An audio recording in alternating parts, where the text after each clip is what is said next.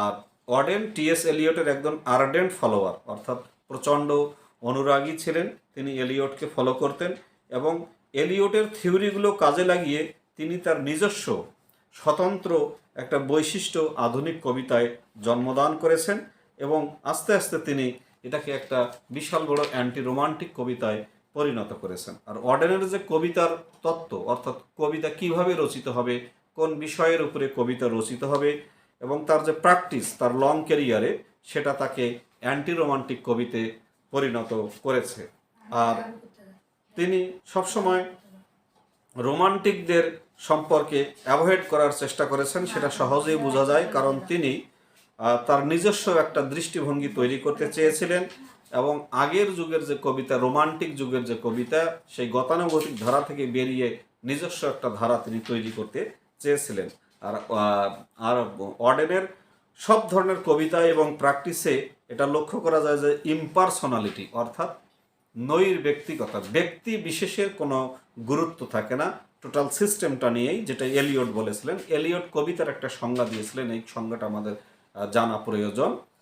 কবিতায় বলছে যে poetry is not a turning loose of emotion, অর্থাৎ কবিতা কোনো ইমোশন, কোনো প্রচণ্ড আবেগ থেকে বহিঃপ্রকাশ নয়, but an escape from emotion. কবিতা হলো আবেগ থেকে পালিয়ে নিজের একটা অনুভূতিকে প্রকাশ করাটাই হলো কবিতা। It is not the expression of personality, কবিতা কিন্তু মানুষের ব্যক্তিত্বের বহিঃপ্রকাশ নয়, but an escape from personality.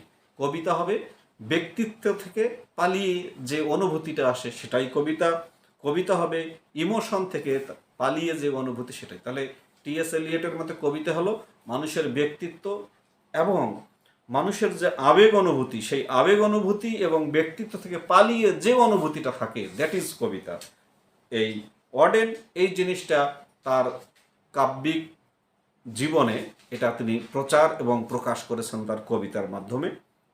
R Auden তিনি মনে করতেন যে কবি হলো এক ধরনের কেমিস্টের মতো। কেমিস্ট মানে কি? যিনি রসায়নবিদ, যিনি বিভিন্ন উপাদান তৈরি করেন, বিভিন্ন জিনিস একসাথে মিক্স করার ফলে, বাট কি তিনি তার এই যে ফিলিংসগুলো বিচ্ছিন্ন রাখেন, অর্থাৎ হাইড্রোজেন আর অক্সিজেন মিলিয়ে পানি তৈরি করছেন, বাট এই ক্ষেত্রে তিনি তার অনুভূতি কিন্তু প্রকাশ করেন না।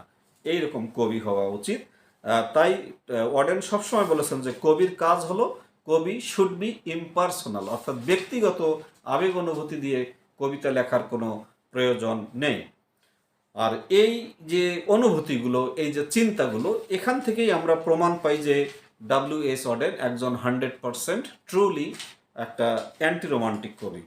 এ বাদেও তার কবিতায়, অডেনের কবিতায় পর্যাপ্ত পরিমাণে আমরা ইমোশনের অভাব পাই। তার যে কবিতাগুলো যদি আমরা পড়ি, লালাবি, শিল্ড অফ অ্যাকিলিস বা in memory of W B. Yeats, যে কবিতায় পড়ি, আবেগ যেটা মানুষের পার্সোনাল যে একটা আবেগের যে একটা উচ্ছ্বাস, poetry is the spontaneous overflow of emotion, William ওয়ার্ডসওয়ার্থের যে কবিতার সংজ্ঞা, সেটার মতো কিন্তু হয় না।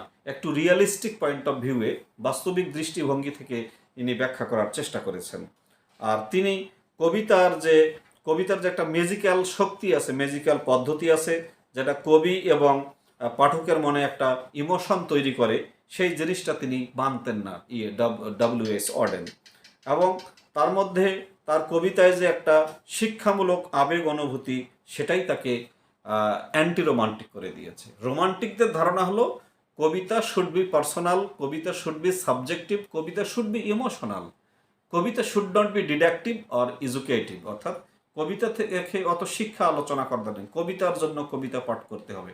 বাট যারা অ্যান্টি রোমান্টিক, যারা ক্লাসিক্যাল যুগের, যারা মডার্ন যুগের, ডব্লিউ.এস. অডেন মডার্ন যুগের অ্যান্টি রোমান্টিক কবি, তিনি মনে করতেন যে না, কবিতা শুড বি ডিডাকটিভ, কবিতা থেকে কিছু শিখতে হবে, but it should not be personal, ব্যক্তিগত আবেগ অনুভূতির এটা হওয়া যাবে না। আচ্ছা, তারপরে আসি, এবং তিনি প্রেম ভালোবাসার ক্ষেত্রেও টোটালি অ্যান্টি রোমান্টিক ছিলেন। তার যে কবিতাগুলো, সেই কবিতাগুলোতে ইমোশন এর চেয়ে গভীর চিন্তার প্রতিফলন বেশি পাওয়া যায় এবং তার যে ভালোবাসা সম্পর্কে ধারণা, সেটা রোমান্টিক কবিদের থেকে ধারণা থেকে সম্পূর্ণ আলাদা।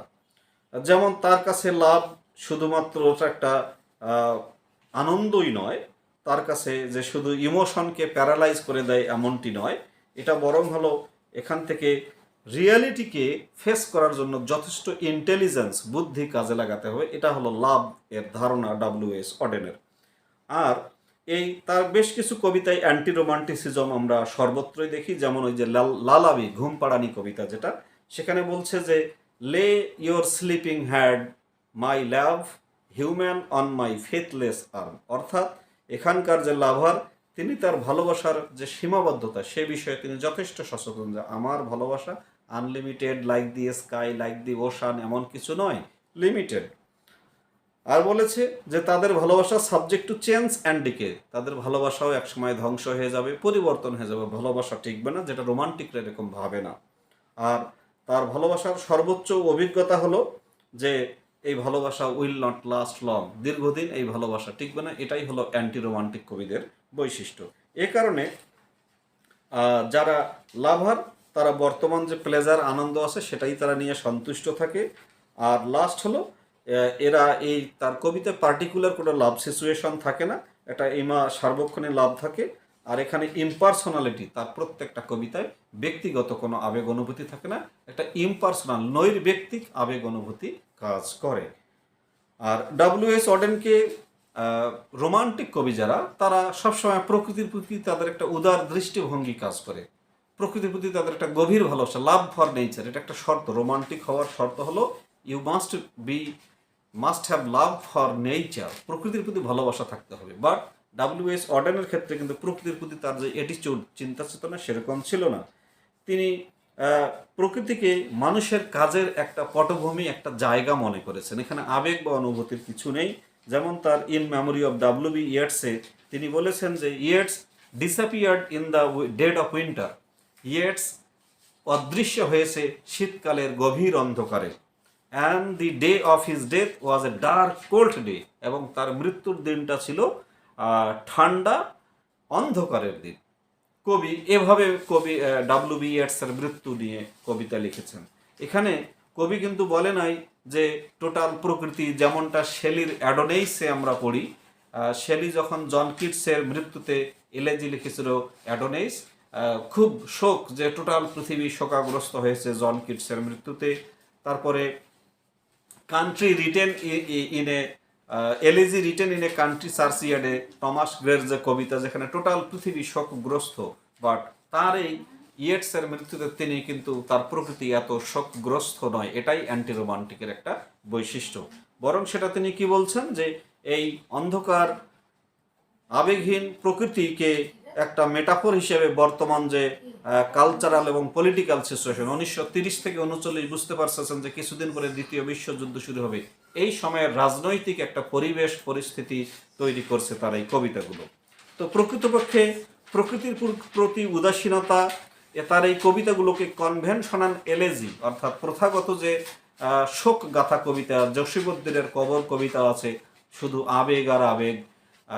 টমাস গ্রের elegy written in a country চার্চিয়ার্ডে প্রচুর আবেগ কাজ করেছে।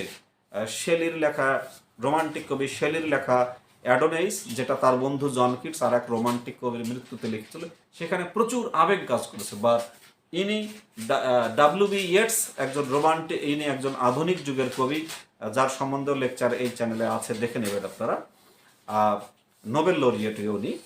তিনি তার মৃত্যুতে তিনি ওই অর্থে আবেগ প্রকাশ করেননি, তিনি ইন্টেলিজেন্স, বুদ্ধির প্রকাশ করেছেন। তো এই জন্যই নর্মাল যে রোমান্টিক পোয়েট্রি, সেখান থেকে ডব্লিউ.এস. অডেন সরে এসেছেন। এই কারণেই তাকে আমরা অ্যান্টি রোমান্টিক কবি বলতে পারি। আর লাস্ট আমরা সংক্ষেপে যদি বলি যে ডব্লিউ.এস. অডেনের যে তার বিখ্যাত কবিতা lullaby, in memory of W B. Yeats, the shield of Achilles, Spain 1937, এই নানান কবিতা, বড় বড় unknown citizen, musee, des beaux arts, এই কম্পিটিশন, এই কবিতাগুলো যদি আলোচনা করি, আলোচনা দেখা যায় যে তিনি কখনোই তার কবিতায় মানুষের জীবনকে রোমান্টিক হিসাবে উপস্থাপন কখনোই করেননি। উপস্থাপন করেছেন শিক্ষামূলক হিসাবে, উপস্থাপন করেছেন আধুনিকতার, বাস্তবতার ভিত্তিতে। তাই আমরা তাকে অ্যান্টি রোমান্টিক কবি বলতে পারি। এবং মানুষ এবং প্রকৃতির মাঝে, যেটা ওয়ার্ডসওয়ার্থ, মানুষ এবং প্রকৃতির মধ্যে একটা স্পিরিচুয়াল, আত্মিক কানেকশন পেয়েছিল, সুপার ন্যাচারাল কানেকশন পেয়েছিল। ওয়ার্ডসওয়ার্থ বলেছিল nature never betray the heart that loved her, অর্থাৎ যে হৃদয়, যে মানুষ প্রকৃতিকে ভালোবাসে, প্রকৃতি সেই মানুষকে কখনো চিটিং করে না, প্রতারণা করে না। কিন্তু ইনি প্রকৃতির সাথে মানুষের কোনো স্পিরিচুয়াল সম্পর্ক পাচ্ছেন না, যেটা পাচ্ছেন না একদম প্র্যাকটিক্যাল রিলেশন এটা। আর এই তার কবিতায় আবেগের অভাব আমরা পাই, যেটা কবি মাত্রই আবেগের বহিঃপ্রকাশ, এবং সাবজেক্টিভ ফিলিংস, ব্যক্তিগত যে অনুভূতি, সেটারও অভাব আমরা পাই। তাই আমরা সংক্ষেপে আমরা বলতে পারি যে তার অ্যাটিচিউড, তার লেখনী, তার চিন্তা চেতনা সম্পূর্ণ অ্যান্টি রোমান্টিক এবং রিয়ালিস্টিক, বাস্তববাদী, এবং তিনি একজন মডার্ন কবি আধুনিক যুগের। তো সবাই ভালো থাকবেন। এই ডব্লিউ.এস. ওয়ার্ডেন, এটা মাস্টার্সের বই, একটা মাস্টার্সের সিলেবাসে এই ডব্লিউ.এস. ওয়ার্ডেন আছে। এটা একটা ইম্পর্টেন্ট কবিতা, ইম্পর্টেন্ট একটা প্রশ্ন, যে ডব্লিউ.এস. ওয়ার্ডেন কিভাবে একজন অ্যান্টি রোমান্টিক মডার্ন কবি হলেন, সেই প্রশ্নটাই আমরা আলোচনা করলাম। এই প্রশ্নটা বাংলায় আলোচনা করলাম, তাহলে সবার জন্য এটা সুবিধা হবে। তো সবাই ভালো থাকবেন এই প্রত্যাশায় সবাইকে ধন্যবাদ জানাচ্ছি। পারলে চ্যানেলটি সাবস্ক্রাইব করবেন এবং আপনাদের মূল্যবান মতামত জানাবেন। ধন্যবাদ সবাইকে।